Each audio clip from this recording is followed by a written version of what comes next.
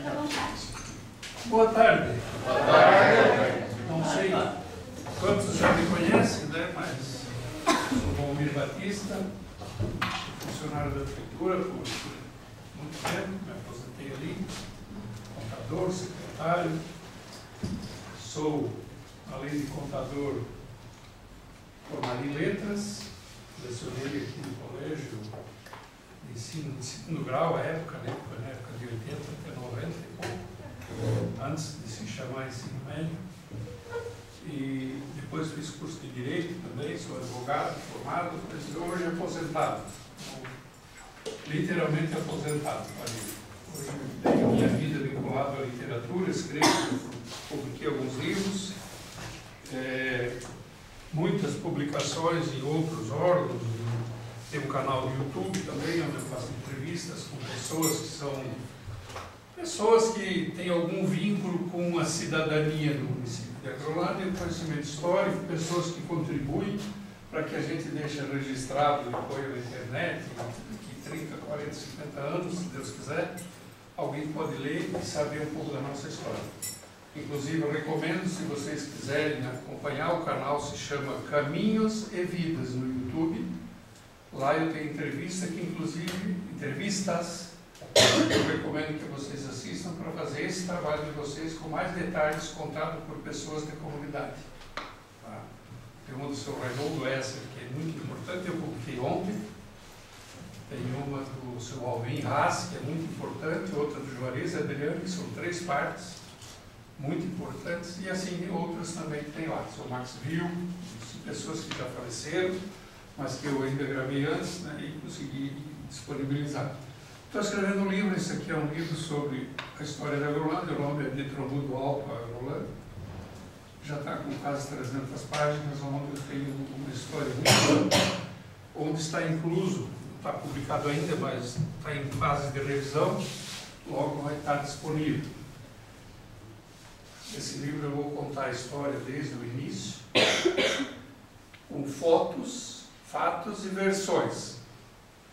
Fotos é o que a gente mais, no livro de história, a foto vale mais que palavra. A palavra descreve, mas a foto mostra, né? Então tem muita coisa antiga ali. Outra coisa que tem, como eu até na parte da manhã, a história é composta por fatos. O fato é único. A interpretação é de quem observa. E quem interpreta faz versão do fato. Então, nem sempre a história contada é 100% o fato. As pessoas, às vezes, não veem tudo, contam partes, outro conta outra parte. E aí, às vezes, tem versões distintas. Então, a gente tem que cuidar. Quando a gente escreve sobre história, a gente tem que ter muito compromisso com a fidedignidade, com a realidade, com o fato, o máximo possível. Eu já tive que ouvir 3, 4 pessoas com o mesmo fato para mim deduzir o que é que eu ia escrever. E quando eu não tenho certeza, eu escrevo segundo a pessoa. Segundo fulano de tal, o fato é esse. Porque não é minha versão. Alguém me contou e eu estou repassando. Mas é importante que a gente tenha o resgate histórico do município. Então, se nós formos voltar lá no tempo, pelo que me passaram, mais ou menos aqui, que eu tenho, a professora me passou, se nós formos voltar um pouquinho no tempo, quando é que a Agrolândia foi iniciada? A gente estuda, conta as datas de 1916. Né? E esta é um fato com fotos, né? A gente tem essas pessoas que de viva voz, elas deram essas informações e continuou. Essas pessoas são as pessoas que chegaram vindas do Vale do Itajaí, basicamente, alemães e italianos que vieram para cá e povoaram. Primeiramente os alemães, famílias Wil, Suiker e Prohn. Se vocês olharem nos livros que tem de história por aí, vocês já vão achar algumas fotos. Livro do Saulo Adami, do pastor, o seu Cresce não tem fotos, né, mas tem os nomes, tem lá também. O primeiro livro escrito da história da Agrolândia é do seu Cresce, final da década de 80, mais ou menos por 1990. Quem conheceu o seu Evaldo Cresce? Alguém conheceu? Não, né? Ele já faleceu faz tempo. Ele era farmacêutico, dirigiu o teatro, coral, junto com o seu Otto Klepsch, que é o patrono da Academia de Letras, inclusive. Eles tocaram toda essa parte cultural aqui de Rolândia, lá nos anos de 40, 50, 60. Essas são as pessoas que têm ainda seus descendentes por aí. E eles têm um mérito muito grande. Então o seu Cresce escreveu, ele era um médico praticamente. Não tinha nada que atendia a saúde, só a farmácia dele. Ele era um senhor nascido na Alemanha, veio para o Brasil no pós-guerra, no meio das guerras, né, fugidos. Fizeram um rosário pelo Paraguai, Santa Catarina, até que chegaram em Agrolândia. E aqui se estabeleceram. Pessoa muito culta. Então ele conta isso e ele tinha esse papel. Depois o seu Harrington Guzzi substituiu ele na farmácia, que era ali, a farmácia do seu Cresce era aquele prédio chamado Farmácia Palmeira, e aqui depois da pracinha, aquele prédio que tem ali 2 andares. Onde é uma mais hoje em dia, né? Tem ali um comércio, eu não lembro, assim, eu não ando muito na praça, né? Trabalhei fora até pouco tempo, então eu não... Fiquei 20 anos trabalhando fora, não andava para a cidade quase. E não conheço, mas é ali, lá de cá tinha um comércio de panelas, coisa ali da dona Benta, né? Ali nessa casa que tem o comércio era a farmácia do seu Harrington Guzzi, que é o pai da professora Nara Ione Guzzi, que mora lá em cima, no São João. Foi professora, não sei se no colégio ou no município. E então, eu tinha isso. Era o pai dela, o seu Harrington Guzzi. Senhor muito folclórico, nós não temos tempo aqui, mas tem muita história para contar, sabe? Isso é bem legal. E, então, isso nós tínhamos na saúde no passado. Mas a data é 1916. Na década de 80, através da Secretaria de Educação, com o apoio do seu Mário Silveira, que foi diretor lá do São João, nós fizemos uma pesquisa no município. E a gente conseguiu informações que na Serra dos Alves teve habitação já em 1911. Irmãos Domingos e Ricardo Alves Pais, caçadores do Goiabal, que desceram as caçadas, cachorro descia os taimbés, né? Sabe o que é Itaimbé? Sabe? Não? Itaimbé. Aquelas quedas, os peral. Peral. Não é peral, né? Fica mais fácil, todo mundo sabe daí, né? Sim. Se chama Itaimbé. Tá? Nome técnico. E eles desceram atrás dos cachorros daí. E acharam a parte plana da serra, e ficaram, plantaram, e o ano seguinte plantaram e ali se estabeleceram. Só que depois disso, muitos anos agora, veio uma versão que foi em 1908 já. Então a gente, aquilo que eu disse, fato e versão. A gente não tem certeza desse fato que foi em 1908 ou 1911. O certo é que o seu Cresce, no livro dele, conta que os alemães, quando chegaram aqui, observaram que vinha sabugo de milho pela água. Então, se vinha sabugo de milho, alguém estava colonizando acima. Mas a gente não pode precisar a data. Então, isto é a nossa história. Eu ajudei a pesquisar isso lá na década de 80. Então, a gente tem que admitir que a nossa data oficial é a oficial, mas há possibilidades, como muitos municípios, as histórias sempre geram dúvidas, porque há muito tempo ninguém registra. Aquela época era a palavra, né? Poucos escreviam naquela época. Então, essa é a história que a gente tem do início da colonização. O que é que esse pessoal passou no início aqui? Falta de estrada, falta de espaço. Essas pessoas se estabeleceram próximo às águas, porque a água é a vida, precisava da água para o dia toda a vida. Nós temos histórias de índios aqui, Serra dos Alves. Essas pessoas que vieram contam que tiveram confrontos com indígenas. Conta-se que até num dos anos que vieram, você era uma criança de 11 anos, se não me engano, e os índios deixaram no barraco para cuidar, e os índios vieram ali, deu conflito, deu troca de coisa, alguém matou não sei quem. No meio dessa história se conta que também esteve por aqui um caçador de índios famoso no estado, Martim Bugreiro. Na verdade era Martinho Bugreiro. até onde eu ouvi falar, tem um misto de lenda e misto de verdade, porque todo o município de lá o Marconi foi caçar índio. Eu não sei se ele era tão poderoso assim, ou se agregam histórias vinculadas a ele para bravatas, né? Mas, afinal de contas, ele ganhava pago do governo do estado por orelha de índio que ele levasse, que ele tinha abatido, tinha matado. Ele viveu inicialmente, nasceu em Rancho Queimado, circulou essa região toda e acabou que no fim ele casou, se estabeleceu e morreu em Vidal Ramos.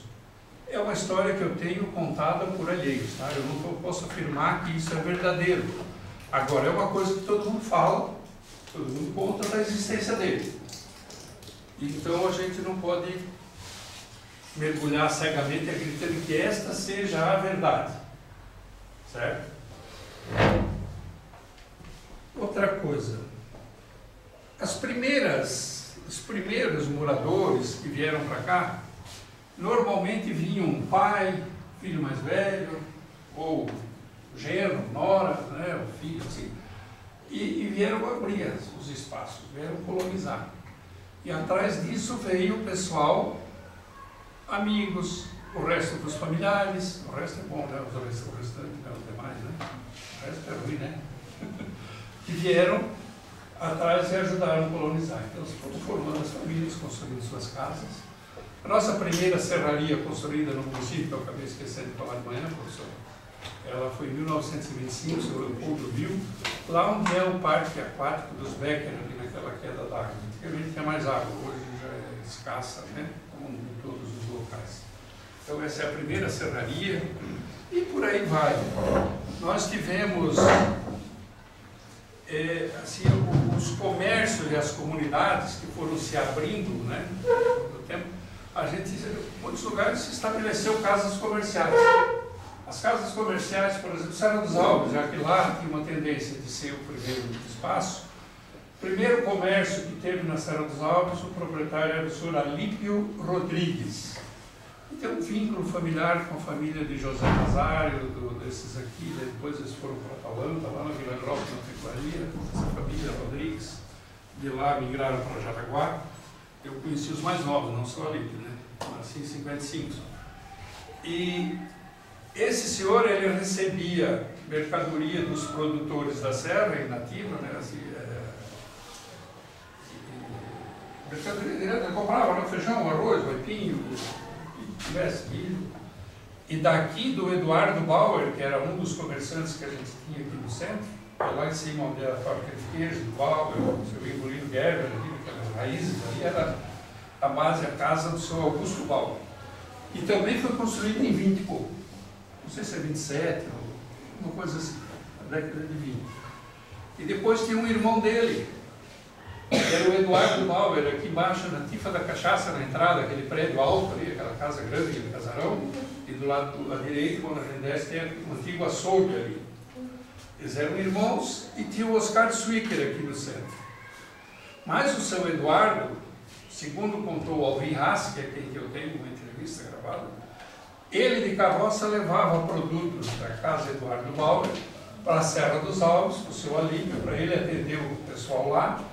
Em troca, ele trazia a mercadoria dele. Quase o escampo, né, que nós falamos. Né?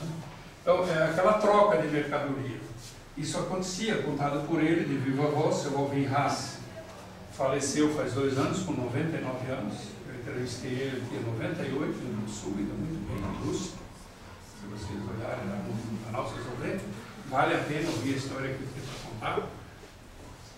Ele organizou, tocou raias de corrida de cavalo, tinha ali onde é a saúde animal, família, como é que é da mulher do Antônio ali? Márcia. Dorfmiller, né? Dorfmiller. A avó e o avô da Márcia. Esses tinham ali no terreno deles uma raia de corrida de cavalo. Seu Alvin cuidava disso, ele domava animal. Era um cara que viveu dentro de Agrolândia. Era caçador, era pescador, fazia briga de galo, corrida de cavalo, tudo. E a esposa dele foi professora, uma das primeiras do município, Dona Luísa Haas, na escola que tinha no Rio Bonito. A escola do Rio Bonito, ela foi, inicialmente, ela começou na década de 40, numa casa cedida pelo senhor Gustavo Rucha, acho que é, Rucha, que é o sogro do Chada, é o vô do Bidu, do próprio, é o vô dos Piske ali, do Heinz Piske, né, o Charles, o Clóvis, o Mário, é o vô deles, os Chadinha. Essa casa lá onde mora o Ingo Chada, por ali era a escola. Essa era uma casa do seu Gustavo, ele cedeu como escola. Depois eles construíram uma escola e uma casinha para o seu Alvim morar e a Dona Luísa Rodrigues Haas. E ela foi professora até 60, quase 70, quando se aposentou. E quando ela se aposentou, a escola fechou e os alunos vieram aqui, daí já tinha essa escola aqui, porque a primeira escola era lá embaixo, na entrada do cemitério, por ali onde mora a professora Lourinha, na Rosa, Cortezinho, os Cânigs, por ali era a entrada do cemitério, mais ou menos, ali era a escola. E ela mudou para cá em 62. Foi construída aqui no centro, nesse terreno que foi doado pelo Oscar Suíker, doou também o prédio da prefeitura, doou o terreno da igreja, doou o terreno da floresta. Isto é história. E então, nesse conjunto todo, o senhor Alvim Haas contou uma coisa muito interessante que eu também não falei de manhã. A comunidade deu a casa para eles. Quando ele se aposentou em 73, foi para o Rio do Sul, eles venderam a casa, ele pegou o dinheiro, dizendo eu não tinha que o devolver para quem doou para construir. Ele doou para as 3 igrejas, uma parte para a igreja protestante, para a igreja católica e para a igreja luterana, né? Como é que eles dizem lá em cima das 3 barras? Proporcionalmente ao número de famílias de cada igreja, ele doou o dinheiro para o foi embora. Então, eu achei isso assim um ato tão legal, né? Quem ganhou devolveu para a comunidade. Isso é importante. Ainda já falando em escolas, nós tivemos, né, na Serra dos Alves, a primeira escola da Serra dos Alves funcionou na igreja, a primeira igrejinha que eles tinham de madeira, embaixo do início da serra, ali onde morava o seu falecido Almicar, né, agora, por ali no começo. Depois, isso o seu Reinaldo conta bem certinho no vídeo dele, tá? Eu recomendo que vocês vão aprender mais do que eu falando aqui. E depois eles levaram lá onde ela é hoje, construíram lá a comunidade toda, se juntou e levou, construiu, ampliou, porque o comércio e a sede principal da Serra começou a migrar ali onde é hoje a igreja.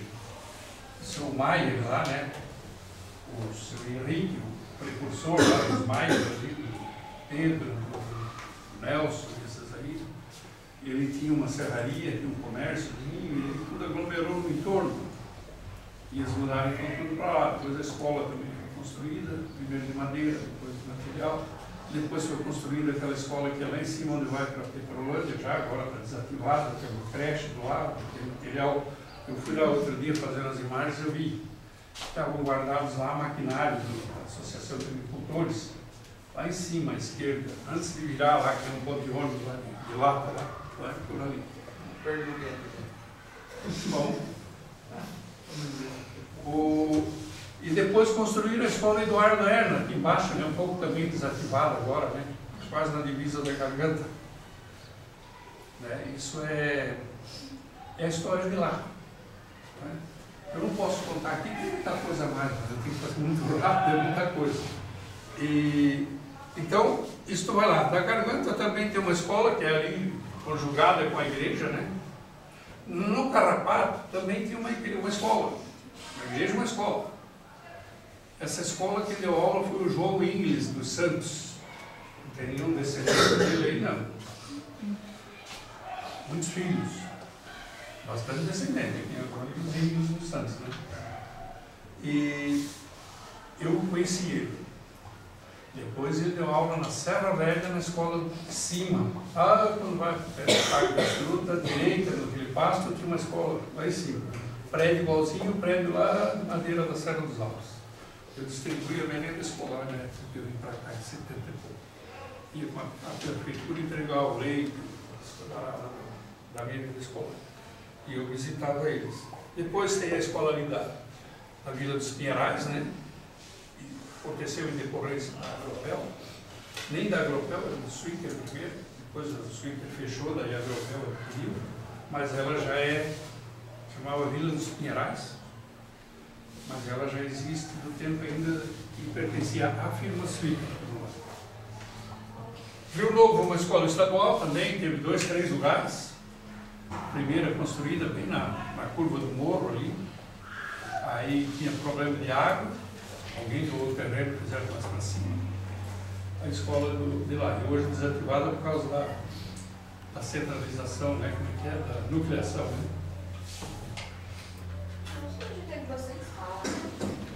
Aí tem na Pitangueira, também uma escola municipal, com a quadra dos esportes, hoje desativada, o jardim de infância, igreja na Pitangueira. Também na igreja, né, da Pitangueira, essa creche desativada. É uma pena, né? Mas meus avós, minha mãe, bem no do lado. Quem são os seus avós? Os Ramos, do seu Aleatar. Conheci muito bem o seu Aleatar. O pai dele foi um dos primeiros professores na escola de São João. Parente, então, teu biso, né? Eu não cheguei a conhecer eles. Assis. Tinha Assis? Sim. Ramos, mas eu não lembro. Eu não vou saber dizer assim. Se tu não sabe, imagina eu. Mas acho que foi ele que doou o terreno. Foi, ele era deles, aí. Então, para vocês verem como tem história, como tem possibilidade de pesquisa e buscar história, né, no município. A gente só precisa parar e pensar. A gente anda e não para e não pensa, né? Como tudo na vida, né? Faz tudo só o que tem na frente da gente. A gente tem um olhar muito à frente. A nossa vista periférica é bem fraca às vezes, né? Não vê o que está ao lado. Isso é complicado, isso é na vida, né? Então, depois nós temos rapidamente a Escola do Ribeirão do Tigre, lá no fundo, né? Do Ribeirão. Foi lá do Gringos ainda? Não é essa, estou falando da outra lá no fundo. Tá. Lá do lado da igreja do São Roque. Tá. A minha esposa deu aula lá em 75, 6, 7. Por isso bem que eu sou de Atalanta da Vila Grossa, pertinho ali, jogava futebol num campo que tinha ali do lado de vez em quando. Aí tem a Escola do Tigre, que tem uma participação dos gringos, Ziegler e da família em si, geral. Um deu madeira, outro deu mão de obra, outro deu terreno, outro deu isso, outro deu aquilo. Tem a creche, teve uma quadra de esportes lá atrás do seu Klitsky, que hoje está desativada, quem usa é o pessoal do gado leiteiro, parece. Então, a gente vai indo na Barra do Tigre também, uma escola, primeiro era de madeira, depois de material, como todos os lugares, praticamente. Havia um movimento na escola do meio do Tigre, do lado da Igreja Preta, fazer um museu. Mas parece que é um projeto que está meio adormecido. Então, tinha essa aqui, dentro do Rio das Pedras. A gente passou por uma escola também, no Incluso do Rio Novo. Quem deu aula lá foi Paulo Laguna, depois o seu Herbert Schreiber também deu aula lá. Pai do seu Bernardo, do seu Bunto Schreiber aqui. Esse também que eu não conhecia. Gostava de andar de bicicleta. A esposa do seu Grécia era irmã do seu Herbert Schreiber, parentesco. Vieram juntos na mesma época. Para cá também, a gente dava aula de alemão e assim por diante. Como é que nós vamos para frente? A questão da população. A população, eu vim para cá em 74, era na faixa de 4,5, 5,5, nesse meio lá, a população do município. Hoje nós estamos no IBGE, acho que é 11 mil, alguma coisinha, né? Eu não vi o resultado final bem certinho, mas acho que é 11 os quebradinhos. Né? Então, quem quiser ver sobre população, tem que entrar no site do IBGE, lá você consegue consultar fácil as coisas. Eu não tenho essas informações. A extensão do município. Nós tínhamos um município com 192 quilômetros quadrados. E passaram os anos, quando chegou em 98, eu estava na prefeitura, era secretária nessa época, com o governo de Dieter, e aí vieram para fazer um ajuste. Aí se descobriu que pela linha do mapa, porque quem faz o mapa dos municípios é o Estado, define as áreas na criação, ou se altera depois. E fomos fazer uma pesquisa, o pessoal do IBGE, o Estado e os municípios. A divisa na Serra dos Altos era um pouquinho para cima do centrinho. Aquela escola de cima já estava na área de Pedrolândia. E nós achávamos que a divisa era a serra lá em cima. Aqui na Pitangueira, aquelas casas, quando a gente vai aqui do Zigo, que vira à esquerda antes da Entab, do lado de lá da Entab, de umas casas ali, superfície toda para o mundo central. Aí foi feita uma reunião com os prefeitos, as lideranças, né, dos municípios, do IBGE, o Estado, tudo junto, e se alterou. Então a nossa divisão passa a ser o divisor de águas, que eles dizem, que é o topo dos morros, ao redor, é a mesma coisa na Serra dos Altos. Aí nós passamos para 207 alguma coisinha, né? Então nós aumentamos 15 km² quase de área. Em 98 foi isso. Isso é a nossa área territorial. Nossos municípios limítrofes: Trombudo, Atalanta, Trombudo, Agronômica, Atalanta, Petrolândia, Brás Trombudo, e nós tínhamos Lages, que virou Tacílio Costa. Lages, nós fomos divisa com Lages em cima, os Itaimbés eram a divisa, a lei do Estado. Então, em cima da serra, pertencia a Lages. E engraçado que na colonização o Estado contratou pessoas para abrirem as estradas, né? E uma das estradas que era para abrir era aqui e subir a serra. E eles abriram à direita ali uma estrada que subia, não onde é hoje, do lado de cá do Borgo, era à direita ali no grau, porque tem aquela curva quebrada, e continuava para a direita. Era uma estrada que para cavalo, cargueiro, carro de boi, carroça lá, um outro carro mais potente, mais qualificado, subia ali. Eu subi quando criança, meu pai e os amigos dele lá dentro, cheguei a passar nessa estrada, era bem perigosa. O seu Edgar Vila, na década de 70, ele foi prefeito de 69 até 72, e ele que abriu essa estrada lá. Porque do lado de cima a estrada era particular do seu Hélio Bugelmin, que tinha madeireira e coisa, ele descia com os caminhões, e ele tinha patroa, tinha tudo na época, e até ali tinha portão, pagava pedágio se quisesse entrar. E quando chovia era chaveado, ninguém passava para não estragar a estrada. Então não tinha essa ligação. Aí quando o seu Ética resolveu e abriu a estrada daqui, fizeram um acordo e eles liberaram. A estrada virou uma rodovia, eu não sei se ela é municipal pelo Tacílio, ou se ela já é uma rodovia estadual hoje, né? Então, isso foi feito, foi em 70. Teve apoios a favor e teve gente contra a abertura, que devia ter, com esse dinheiro que gastou lá, devia ter feito outra coisa. E é como sempre, né? Na gestão pública é assim que faz. Então, esta é uma situação de estradas, de acesso. Nosso asfalto foi construído em 1982, 3 e 4, terminaram. O projeto já começou antes, mas sempre demora muito, né? Mas saiu.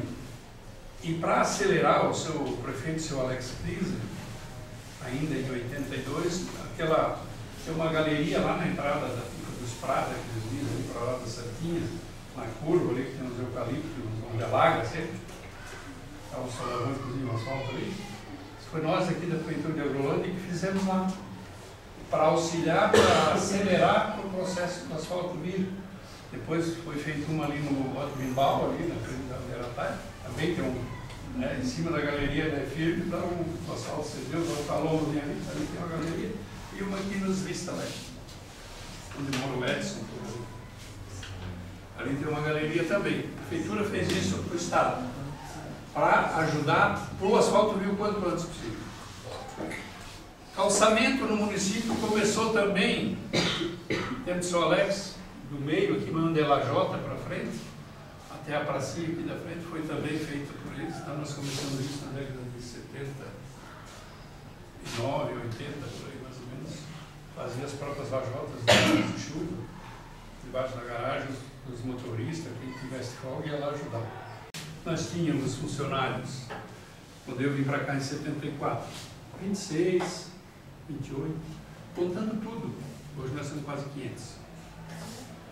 Né? Se você crescer funcionário como cresceu a população, 50%, nós teríamos 40 funcionários. Né? Então veja bem como se criou, se agregou custo. Aliás, o serviço público tem uma dificuldade muito grande, que é custo-benefício. Né? A gente não faz essa avaliação. Né? Atividade meio, atividade fim, mas esse é outro assunto. O que é que nós temos mais aqui? Questão de infraestrutura, né? Nós temos deficiência de saneamento, nós temos deficiência de uma série de coisas, controle do lixo, controle da qualidade de água, controle da poluição. Há tanta coisa para se fazer, e essa principalmente passa pela consciência da comunidade. Nós devemos ser conscientes disso, mas o governo não contribui conosco, às vezes, sobre isso. Aqui se criou, né, a questão aquele programa de incentivo à proteção às nascentes de água, né, o prefeito fez acho que 2 anos atrás, começou na Serra dos Alves, se não me engano, não sei se alguém ouviu falar. É interessante, o próprio proprietário vai receber um certo valor, não muito, mas para deixar um certo espaço, né, limpo e protegido para as nascentes de água, não deixar danificar.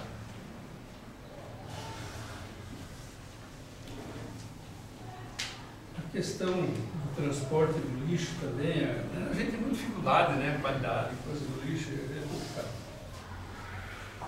As dificuldades dos primeiros moradores, então a falta de acesso, estradas, mato, os animais, né?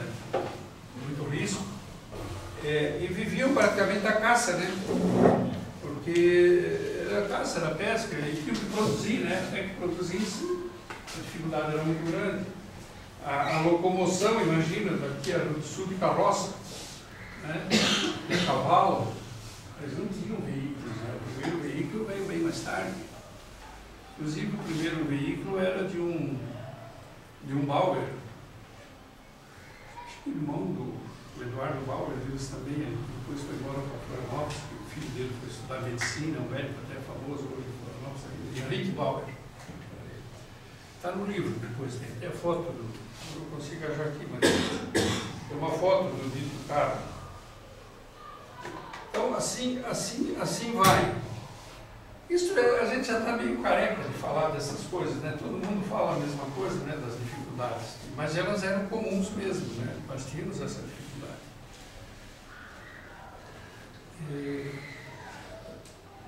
Os principais produtos, né? Acho que eu falei, né? Milho, aipim, feijão, alguma coisa de leite também começou cedo.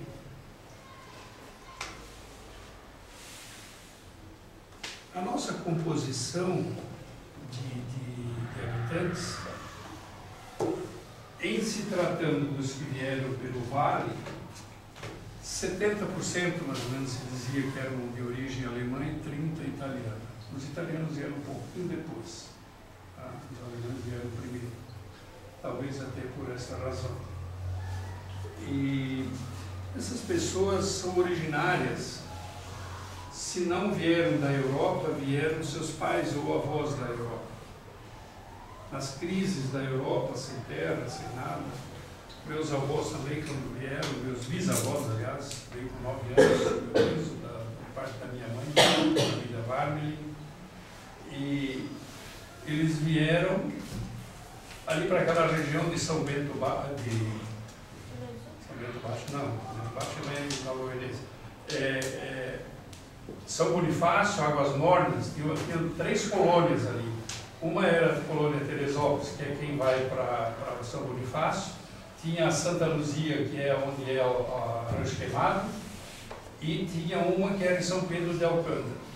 E esses caras vieram com promessa de terem terra abundante. Chegaram ali, se vocês forem, eu fui lá, onde meus bisos ficaram localizados 10 anos, era no máximo como a Serra Velha ali pelo Valfrido, assim, mentira mesmo. Eu não sei como aguentaram tanto tempo. Lá tinha um cemitério antigo, lá também, Tem um altar, tem cruz, tem tudo, tem o pessoal da Prefeitura de Águas Mornas que controla e cuida. E um padre pegou essas 52 famílias e levou em 1872, fizeram em 62, 72 levou lá para o Vale do Braço Norte. E os meus foram os Esser para Forquilinha e os Varmelin para Nova Veneza e São Bento Baixo. Lá em Nova Veneza tem São Bento Alto, São Bento Baixo, tem a represa de São Bento lá em cima, que alimenta a água para as cidades da região. Então, de lá, eles vieram para cá. Meu pai veio para a Agrolândia com 3 anos. Ele e a irmã mais velha em cima de cargueiro, revezando. Cada um ficava um pouco no cargueiro e um pouco caminhava, meus avós e a pé.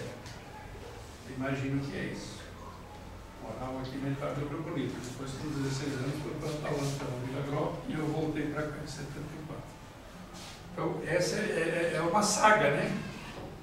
De famílias. E assim foram todos. Só estou dando um exemplo da minha, porque isso é um exemplo de todos. E eles não tinham posses, não tinham dinheiro. Chegaram aqui, não ganharam as terras, tiveram que comprar.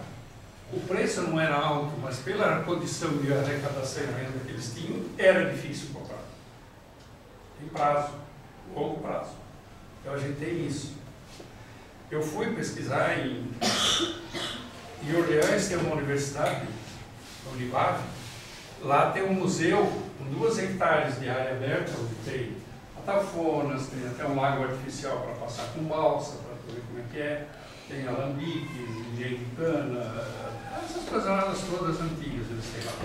E um prédio onde eles têm, em torno, pelo que o diretor do museu me disse, passei um dia lá pesquisando, eles têm 240 mil documentos originários da época, de 1830, mais ou menos, a 1900, que é uma notinha simples do balcão da venda, é uma compra de um imóvel, é uma compra qualquer, é documento, é o livreto, um caderno que eles têm de controle do navio quando eles vinham, onde está o nome da pessoa, se tinha passaporte, a idade, pai, mãe, filho. Durante a viagem era anotado se eles tiveram alguma doença, com que foram tratados, que doença que era, e esse caderno, tipo um A4, assim, com uma capa preta bonitinha, está lá, você pode folhear. E vai ver lá, você vai achar dados familiares. Então isso eles têm lá no museu. Vale a pena uma visita para essas cidades. Nova Veneza é uma cidade que tem uma história riquíssima para contar sobre colonização, principalmente a italiana. Lá é a maior a italiana. Lá inverte os papéis. Mas tem no YouTube, procure Nova Veneza, história, abram vídeos para você ver que coisas lindas vocês vão ver. Visitíveis também, né? Visitíveis também. Mas Nova Veneza vocês vão achar, vão ficar maravilhados. E vão ver um painel lá na praça com os sobrenomes e vão achar lá, de repente, da família de vocês. Tem mesmo os nomes. Hino de Agrolândia.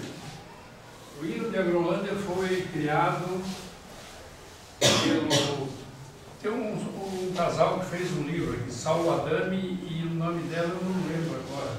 Não sei se é a esposa dele, ou o filho, ou o amigo, mas eles escreveram a letra do hino uma vez.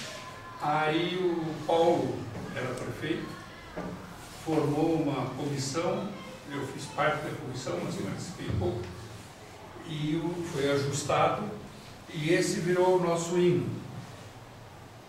Foi musicado por eles também. A prefeitura, primeiro espaço que a prefeitura ficou estabelecida, acho que de 63 até 70, mais ou menos, 69, 70, foi ali naquela casa que eu falei que é a farmácia do Guzo, tem a casa do Monte Belo, ali.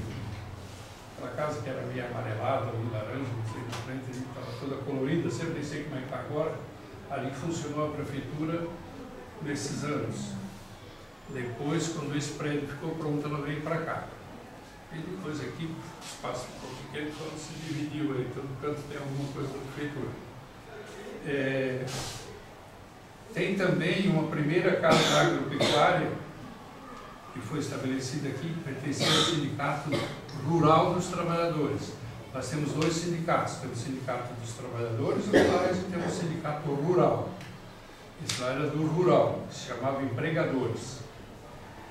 E ali eles fizeram uma casa agropecuária, quem administrava e tocava como funcionário era o Guido próprio.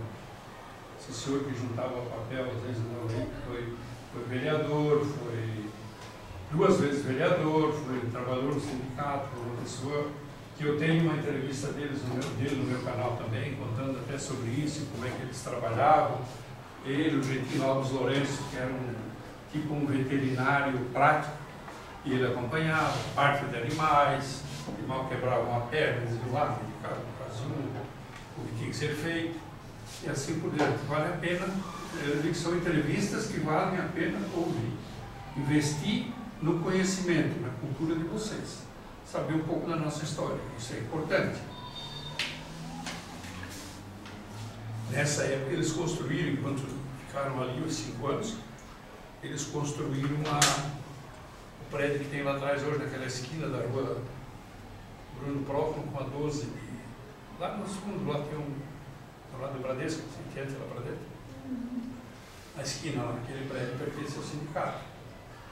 Então eles construíram nessa época e daí se transferiram para lá. Depois o comércio vai vindo, outros concorrentes, depois acabaram desativando, né? Aquilo que eles tinham lá. Vamos falar um pouquinho da saúde. Saúde, antigamente, nós, como eu já comentei, só tinha farmácia e depois a farmácia do Cresce, depois o seu Ayrton Guzzi. E o hospital, nós já tivemos alguma coisa do hospital aqui na década de 50, tinha um médico que atendia lá em cima, que era a casa do seu, era da família Fuch, depois do Hermann Koch. Teve um tempo os próprios ali, né, aquele que veio do Paraná, o pai da Doralice, que é massagista, que é massoterapeuta. Eles tinham depois a família dos Mateus, e aí eu acho que o René comprou, não sei, hoje lotearam tudo nos fundos ali. Ali funcionou, o médico atendia ali acho que uns 2, 3 anos por aí, um médico chamado do sobrenome Miller. Depois isso foi embora, e aí tem essa casa onde era o Hospital Velho, que eles diziam foi desmanchado, ali onde está o CRAS, né? Foi no ginásio. Tinha aquela casa antiga de madeira ali. Ali funcionou o hospital por um tempo, paralisou também. E daí em 82, 83 foi feito um trabalho, recuperada a casa. Em 83 vieram o doutor Ed e a doutora Rosane para cá, lá do Paraná. Apesar que o Ed era nascido em Trombudo, mas estudou no Paraná, casou com a Rosane, que era de lá, e vieram para cá. Ficaram aqui, acho que até 90, 90 e pouco, e saíram. E aí vieram outros médicos. E nesse meio se manteve em atividade o terreno doado pelo seu Alex Cris, ex-prefeito, mas fez uma campanha muito grande, trabalhou muito, que o Conselho de Desenvolvimento Comunitário foi construído aqui no hospital para 50 leitos. Eu acho superestimado, sempre disse isso para eles. Chegou uma hora que não parou tudo, não deu para tocar. Depois conseguiram movimentar e ganhar fundos e foi completado só 25 leitos. 25 ficaram para trás. E foi inaugurado, se eu não me engano, em 96. Não tenho, essa data eu não tenho bem certeza disso, só se confirmar. Mas acho que é 96. E aí a gente tem o hospital até hoje. Então essa é a nossa estrutura. Questão de posto de saúde, na década de 80 foi construído esse posto aqui. Inicialmente era só o corpo principal ali na frente, bem pequeno, foi se ampliando. Né? Depois saiu o posto da Serra dos Altos, saiu o posto São João, quer dizer, assim vai, e agora nas Três Barras, né? Então a gente vai por necessidade, as coisas vão acontecendo. Mas a gente tem uma dificuldade muito grande em todos os municípios. Eu trabalhei na MAR, trabalhei com muitos municípios, assessoria no Estado, e a gente tem uma dificuldade muito grande, que é a falta de planejamento. A curto, médio e longo prazo. Nós nem a curto não temos. Quanto mais longo. A gente devia ter um planejamento para 30 anos, 20 anos, com as entidades consolidadas, juntar-se todos em prol da cidade. Mas é difícil, a política, principalmente a política, não deixa isso acontecer. É uma dificuldade muito grande que a gente tem.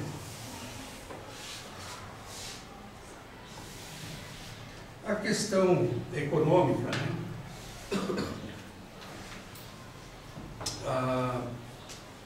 Antigamente a gente alegava sempre que faltava indústrias, faltava emprego para os nossos jovens. Isso foi um trabalho feito lá na década de 80. Sei que a prefeitura criou uma legislação em que ela concedia espaços incentivos para a implantação de empresas. E vou dar um exemplo da Multicolor.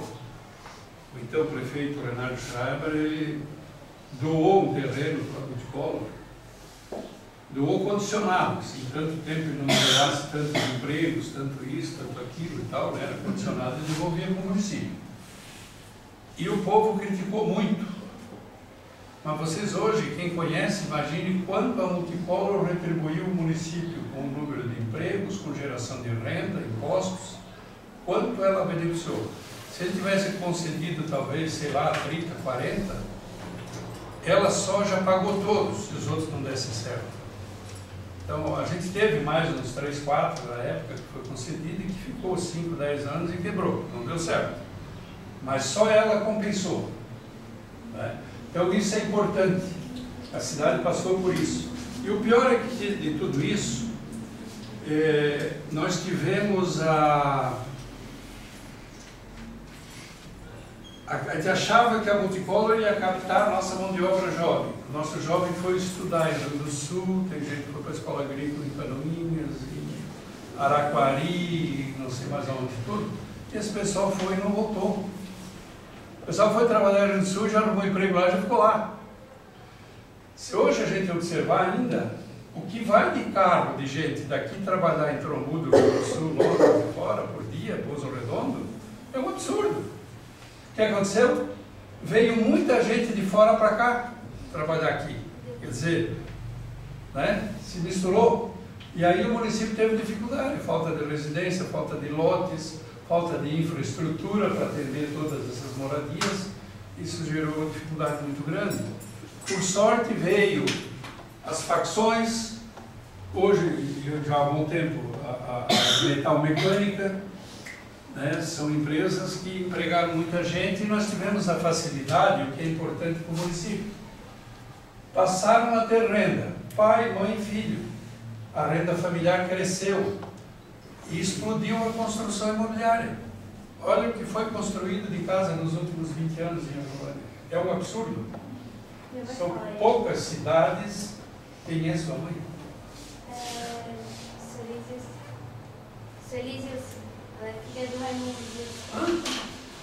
Então, isso é fato.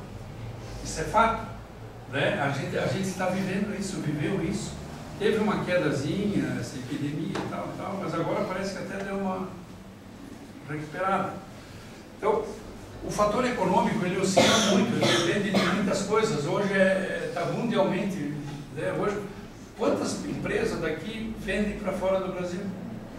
Quantas equipes daqui estão com profissionais fora do Brasil fazendo montagem e manutenção de coisas de empresas, principalmente metal mecânico, né? Então, isso a gente tem que sempre avaliar quando vai tratar de crescimento, parte econômica. O município precisa cuidar muito disso. Nossa agricultura, ela foi sempre muito rústica. Na década de 70, o Estado tinha a Acaresc, e também, a paralelo a um agrônomo da Acaresc no município, a gente passou a ter uma extensionista rural. O agrônomo trabalhava com o plantio, com os maridos, e a extensionista com a esposa, com a parte desde da horta nas escolas, da horta na casa, ao auxílio da esposa, da mulher, ao marido, à família também. Então, integravam isso. Isso ajudou muito.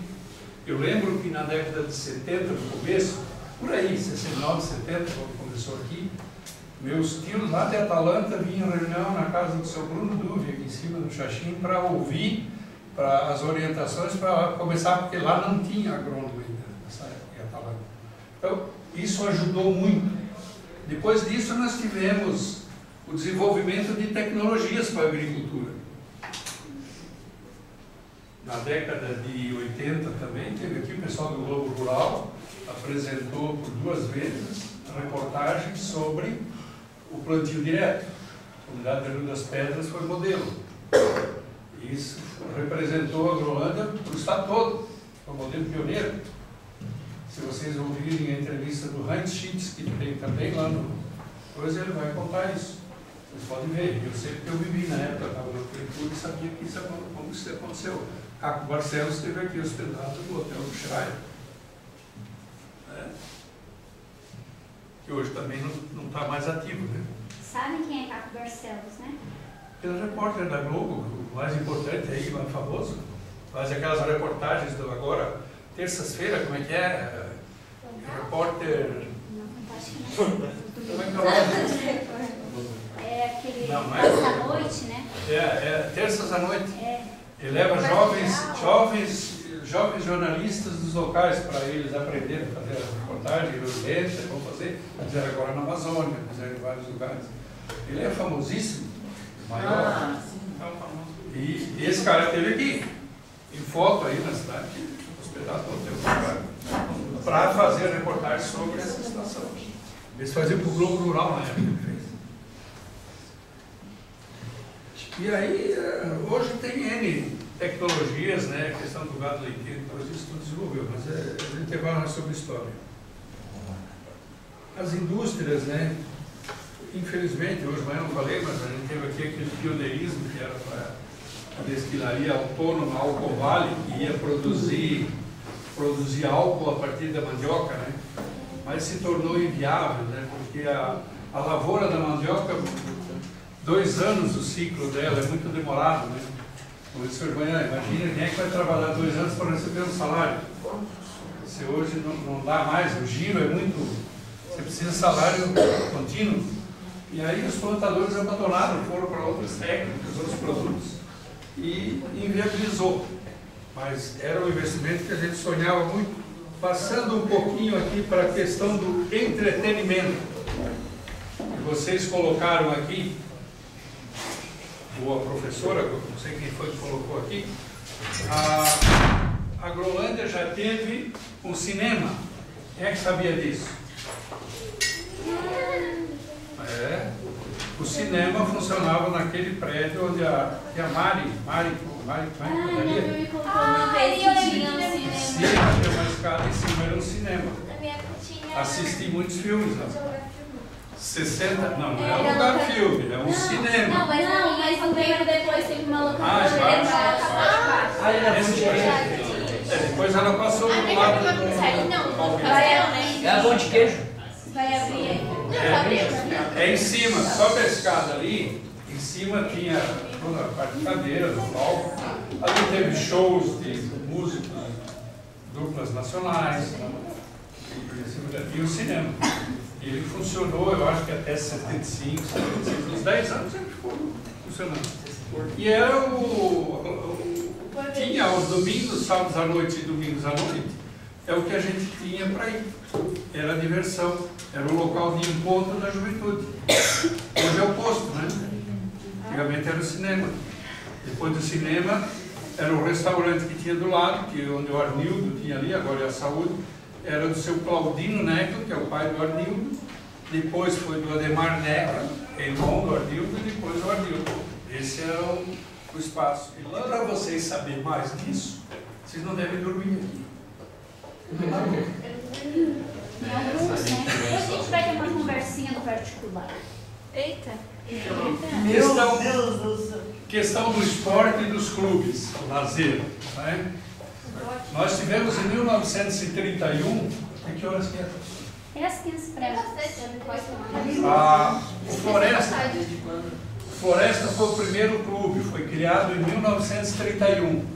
A sede deles era ali embaixo, na Rua dos Pioneiros, onde é o Ovande, por ali, do lado esquerdo. A Bine ali, a vereadora era a Verita, né? A Bine ali. Ali para baixo, o rio subiu, ali para baixo daquele plano ali era o campo. Por que floresta? Quando o seu Leopoldo Prochnow, que era o senhor de idade, foi a Blumenau e trouxe uma bola de futebol para eles jogar, eles precisavam arrumar um espaço. E esse espaço ali tinha muita árvore. Tiveram que tirar as árvores, aparelhar o chão, fazer o campo. E por esse motivo, de ser meio de árvores e coisa, deram o nome de floresta. Que não era Clube Recreativo Floresta. Era, acho que Esporte Clube Floresta, ou Floresta Esporte Clube, coisa assim, que é outro nome. Está no livro. E contado pelo seu Arthur Haas, que tinha 9 anos, já falecido também, há 97 anos, ele faleceu, primo do seu ouvido. E ele disse, eu tinha 9 anos e eu era gandula, eu estava lá, eu sei que eu vi. Eu ouvi de pessoa que contou que viu, não é que ouviu, que viu, que participou. Aí lá o clube ficou até 1940, começou a guerra, paralisou as atividades. Questão dos alemães, perseguição, etc, etc. E passaram-se 5 anos, nesse entremeio o seu Leopoldo Prochnow trouxe o salão dele de lá e construiu aqui na esquina onde hoje é a pracinha. Um salão de madeira, de uma altura razoável, escada para subir, e a parte de baixo era, quanto mais para trás, mais alta era, porque o chão ali era indecido. Uns diziam que aquela parte alta era para deixar os cavalos nas festas, para não ficar na chuva. Tinha até um ranchinho atrás, que muitos amarravam os cavalos lá também. Tem até numa foto, dá para ver que tem cavalo amarrado lá. E do lado tinha uma construção paralela, que tinha casa de vendia tecidos, roupas, tinha loja de calçado, barbearia, isso tudo tinha aqui. Nós tivemos também uma coisa que foi precursora aqui, foi a linha de transporte coletivo para o sul, que era da família Geffert, do pai da Dona Crista e do tio da Dona Crista. Tem as fotos também, né? E assim por diante. Então, o Floresta, vindo para cá, o salão lá, quando chegou em 46, resolveram recomeçar o futebol e não tinha mais o espaço. E daí se criou o Sul América, onde tinha a família Vistalec, lá aquele comércio lá embaixo, na frente do Ipiranga. Ali era uma casa de tardeçante, baile, salão, da família Roubos, e eles resolveram construir o Ipiranga do lado também, ele foi em 41, 51, 41, por aí, agora não lembro nem a data. Eles construíram o Ipiranga, e o Continental foi construído em 58.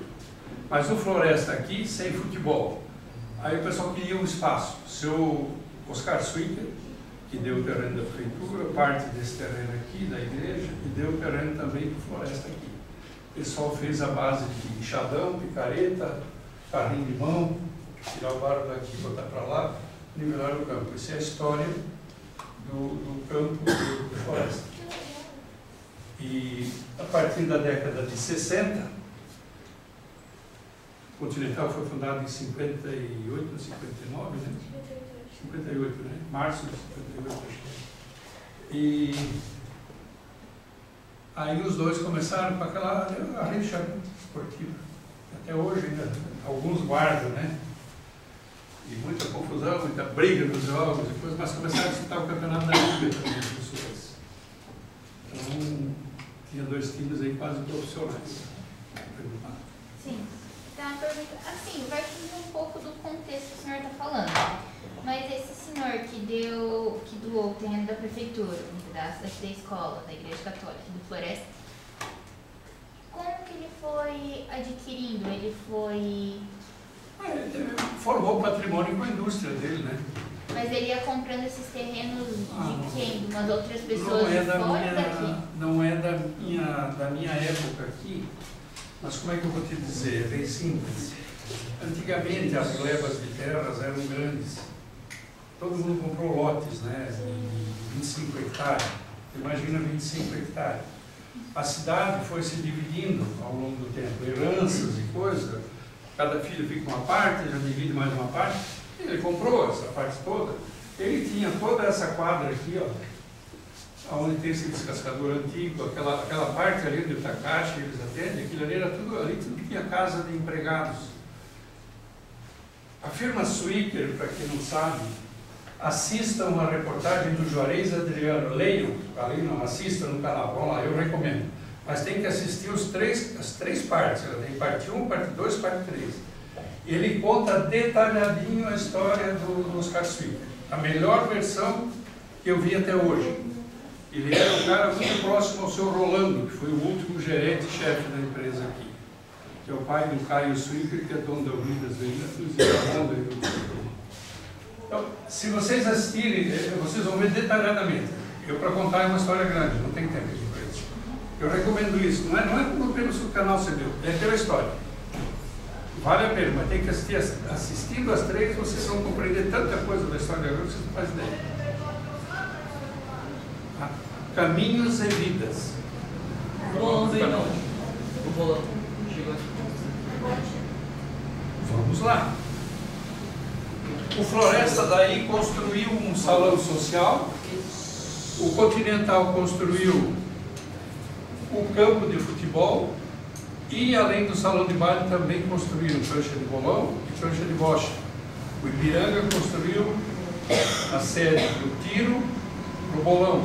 Aliás, os três clubes tinham tiro. Tiro verdadeiro, não é tiro de festim, não, era bala mesmo que eles usavam. Era peixeiro. Não era espingarda de pressão como é hoje, porque hoje é proibido, né? Então, mas eles fizeram isso.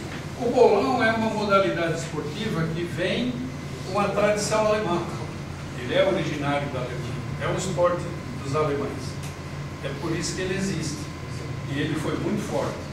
E uma das coisas que eram fortes nos clubes antigamente aqui eram os eventos sociais. O rei do tiro, o rei do bolão, eles tinham as festas de reis, tinham as rainhas, cada clube fazia um concurso e elegia sua rainha. Se vocês irem nos clubes, vocês vão ver foto das rainhas antigas aí.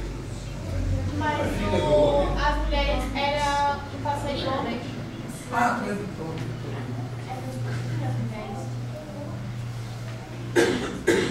Já fiz concurso. Mas eu conheço, estou falando na Floresta.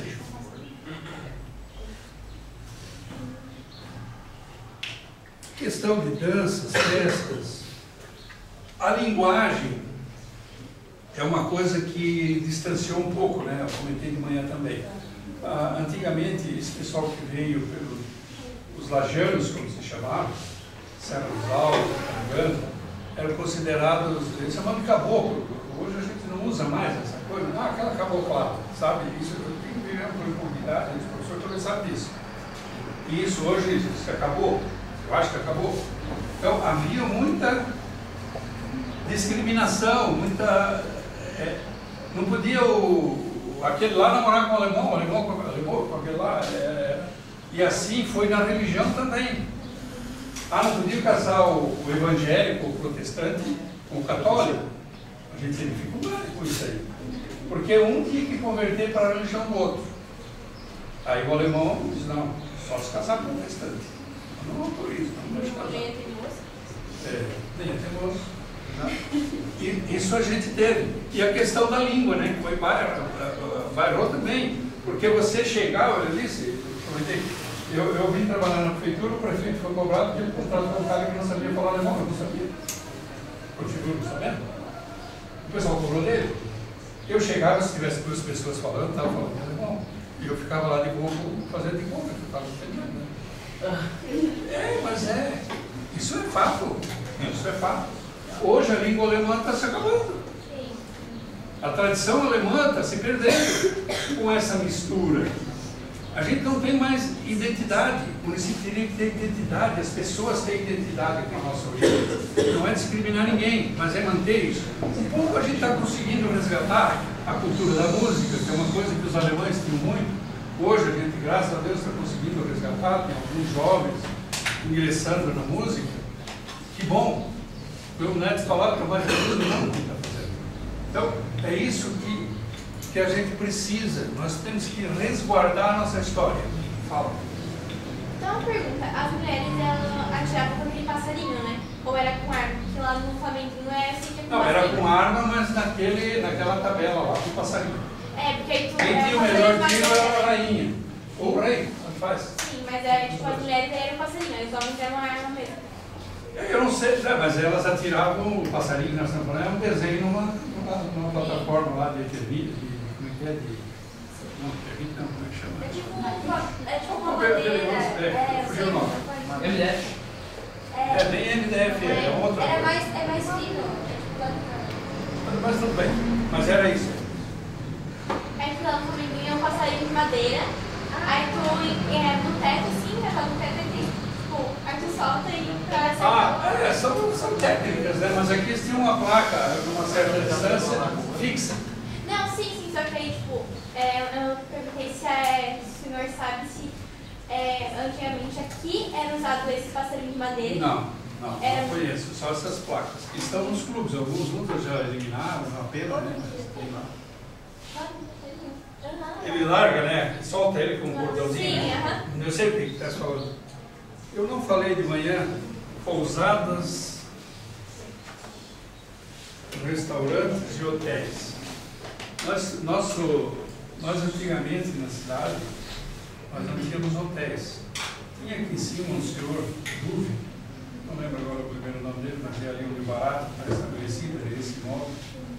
Ele tinha o chamado pensão, né? Antigamente dizia pensão. O pessoal que vinha, um viajante, alguma coisa, ele pernoitava. Um quartinho lá, individual ou coletivo, mas era a maneira do pessoal dormir, né? Ter um espaço. Depois nós tivemos aí, por causa da firma Swicker, aqui foi construído esse prédio que é o dos Adriano aqui, do Jorge, do Juca, não sei quem hoje é dono aqui, que era do Príncipe Bar aqui, né? Do lado do Vila Pisca, o prédio. Em cima tinha 10 quartos, se não me engano. Foi construído na década de 60. Quem tinha isso era o pai do Miguel Batista. Chamava Belé. E depois, por política, seu Swicker foi candidato a prefeito em 62 e perdeu para o Sr. Adolfo Rito por 10 votos, coisa assim. E pouco tempo depois ele também morreu. E aí eu não sei as causas. O Dorvalino Adriano, que é o pai do Jorge, ele morava lá onde tinha aquela venda do Trainote, lá em cima no São João. Dorvalino Adriano. Ele morava lá porque ele veio de agronômica, tinha estrada de ferro, que o trem vinha até ali na estação, né, e eles iam construir para frente. E tinha um grupo empresarial lá, os empresários de Claudino, que se chama, maneira de agronômica. O Dorvalino veio ali tocar um negócio deles. Era uma venda, vinha também, dormia alguns vezes lá e coisa e tal. Seu Ângelo Trainote, bem ali onde entra o sítio do Paulo, o Moranara e o Nelson, lembra? Ali à direita, aquela curva. E aí, nesse meio, o Dorvalino trocou, comprou aqui e o pai do Belec, ou o Belec foi para lá, o pai do Miguel. Então, que é Batista, mas a gente não tem parentesco, só foi amigo. E daí, eles construíram aqui e ficaram até 2000, acho que por aí, 2000 e pouco. Mas é um problema de cozinha, restaurante, essas coisas, saúde, antes da Dona Rosa, que era a mãe do Juca, saiu, daí o Juca sumiu, a Dulce também teve problema de saúde e parou. Então por isso que esse hotel acabou fechando. Depois disso a gente teve o hotel do Schreiber, também lá que construiu um crescimento muito grande, que acabou não vingando. E nós tivemos o hotel do José Nazário, ali onde é o posto do PISC, no posto do PISC. A parte do hotel em cima e embaixo o restaurante. Depois o José comprou ali onde está o Riviere hoje, construiu e transformou também em hotel. Agora o São Tilmaro está reformando, vai abrir o hotel de novo no posto também. E faz falta hotel para nós, né? É bom isso. Então, hotéis de hoje a gente tem as pousadas, né? Então é o que a gente está tendo. Nós nunca tivemos uma estrutura. Quando se fala de ter um turismo grande, falta para nós estrutura. E é que tu vai botar 50 pessoas para se alimentar e almoçar? Onde é que você vai tomar um café da tarde? Onde é que vai tomar um café da manhã? Onde é que vai dormir? Como é que você vai trazer o turista para cá? Então é em quantidade pequena. E tem infraestrutura. O problema é que, tipo, quando é construído, tipo, é feito, por exemplo, lá na Toca do Tigre, antigos. Muitas vezes foram tipo, feitos nos restaurantes, coisas tipo, né, que lá tem as pousadas. Tipo, muitas das vezes que foram feitos nos restaurantes não migraram, porque tipo, quando era construído, aí o povo da cidade também tipo, não ia lá e tal, e daí acabavam fechando por falta de tipo, não era sempre que tinha turista e tal. E acaba que a cidade ela não valoriza os comércios aqui. A questão não é valorizar. Eu vou dizer uma coisa para vocês agora, eu vou atrasar 2 minutos, mas quando construíram a Toca do Tigre, tinha naquela subida na entrada do teu computador, e era um cemitério. Era o cemitério da Barra do Tigre. Aí, quando foi para autorizados, não, tem que remover todos os túmulos, tirar e trazer para o cemitério aqui atrás da igreja. E alguns não fizeram, e tem aquele ditado comum que se tu não fizer coisa em cima do cemitério, não vinga. Parece castigo, né? E é verdade, lá tinha, nada dá certo, lá o tinha diabo lá nada não vinga. Eu fico assim, isso é meio folclórico, mas é engraçado. Mas é verdade, todo mundo fala, por que sempre não vinga? E lá Eu tinha tenho, nada certo. deve estar lá sepultado o irmão do meu pai, que morreu com 5 anos, lá por 1940. Foi sepultado lá, meu pai sempre disse. E nunca ninguém foi buscar nada. Ele não Eu gostaria de fazer só uma pergunta que o senhor falou antes e eu também nem lembrei de comentar de manhã sobre a questão do trem aqui em Agrolândia. Ele chegou, ele teve bastante tempo de funcionamento? Ele veio um bom tempo. Bom tempo é 1 ano, acho que no início. Eu fiz uma pesquisa, fui buscar junto ao... Lá em Blumenau eu consegui comprar um livro de um filho de um maquinista que abriu e fazia essas linhas, fez a última viagem. Ele escreveu e contou um pouco de cada estação. Eu queria ver o primeiro carro de Agrolândia, está aqui, onde vai dar o livro. Isso eu achei, o Ford de 1929. 1929. Meu Deus. 1929. Aqui, ó. Eu tenho umas páginas aqui com fotos e tudo que tem os dados. Não sei aqui, 22 de junho de 64, aconteceu a primeira viagem. 22 de junho de 64.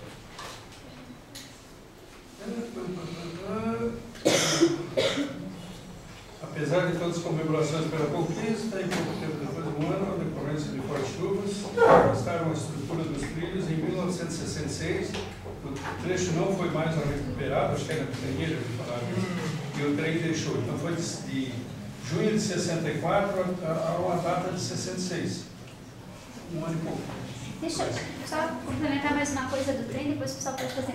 Na opinião do senhor, se o trem continuasse em locomoção, a Agrolândia teria um crescimento maior, um funcionamento, talvez, um incentivo para nessa questão econômica, que facilitaria mais a vida da população?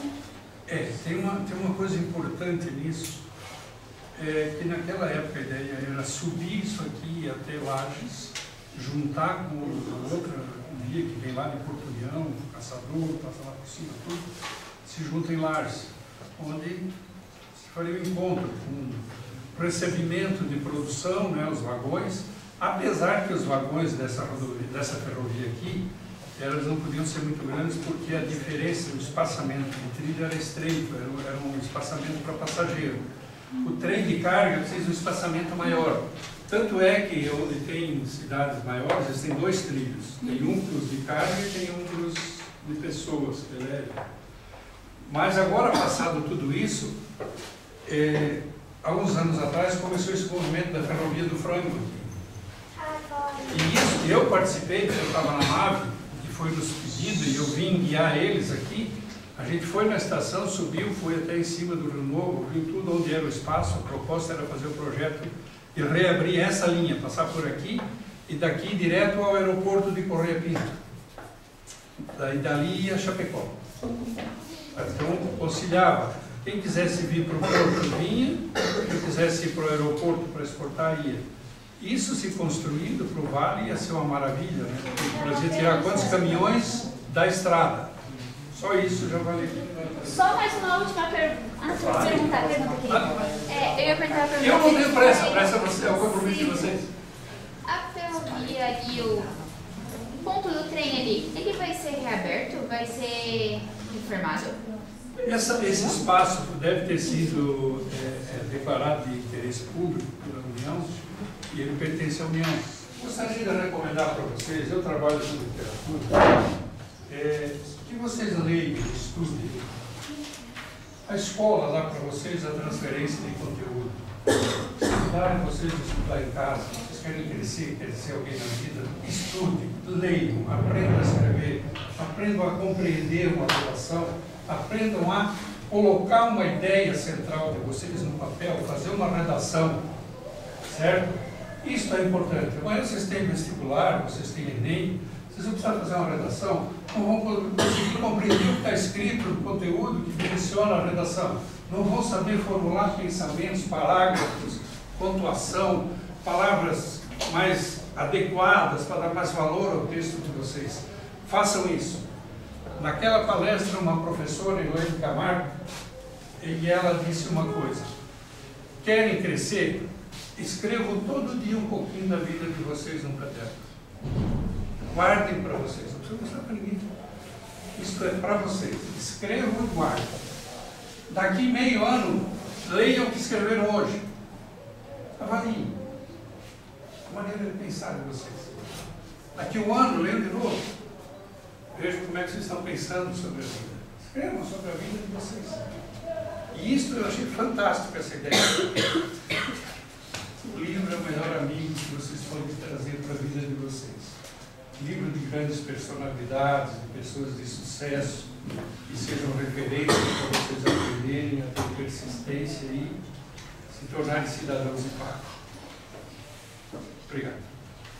A gente é que agradece, né, pessoal, a oportunidade por o senhor ter vindo aqui, disponibilizado esse tempo para conosco, né? Não tem problema, já conversei com a professora ali, né? E uma salva de palmas.